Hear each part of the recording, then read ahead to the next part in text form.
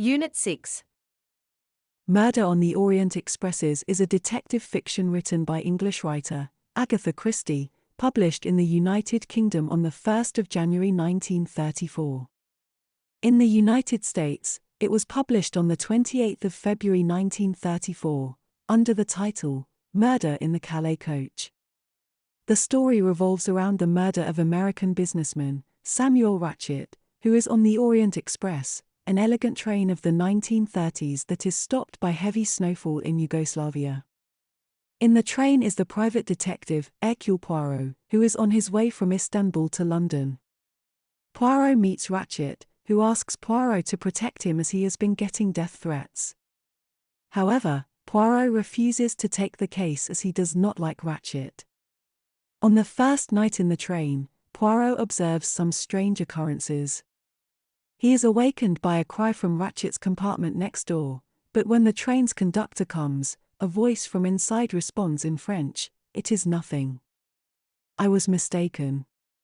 Caroline Hubbard, an American widow, tells the conductor that a man passed through her room. When Poirot rings his bell for water, the conductor informs him that the train is stuck in a snowdrift.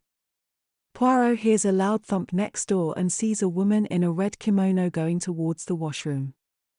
Then, Poirot goes to sleep. The next morning, Poirot gets to know that Ratchet has been murdered, and the murderer is still on board the train as there is no way to escape in the snow. Poirot decides to take up the case since there are no policemen on board the train. With the help of Constantine, the doctor, Poirot discovers that the body has 12 stab wounds and the window has been left open. He finds a handkerchief with the initial H, a pipe cleaner, a flat match that is different from the ones Ratchet used, and a charred piece of paper with the words "Member Daisy Armstrong" written on it. The paper helps Poirot establish the murderer's motive, which is connected to the kidnap and murder of 3-year-old Daisy Armstrong many years ago by Ratchet, whose actual name is Cassetti. Cassetti had collected a large ransom from the wealthy Armstrong family, before revealing he had killed the child within 1 hour of kidnapping her. Daisy's nursemaid, Suzanne, was accused of aiding Cassetti.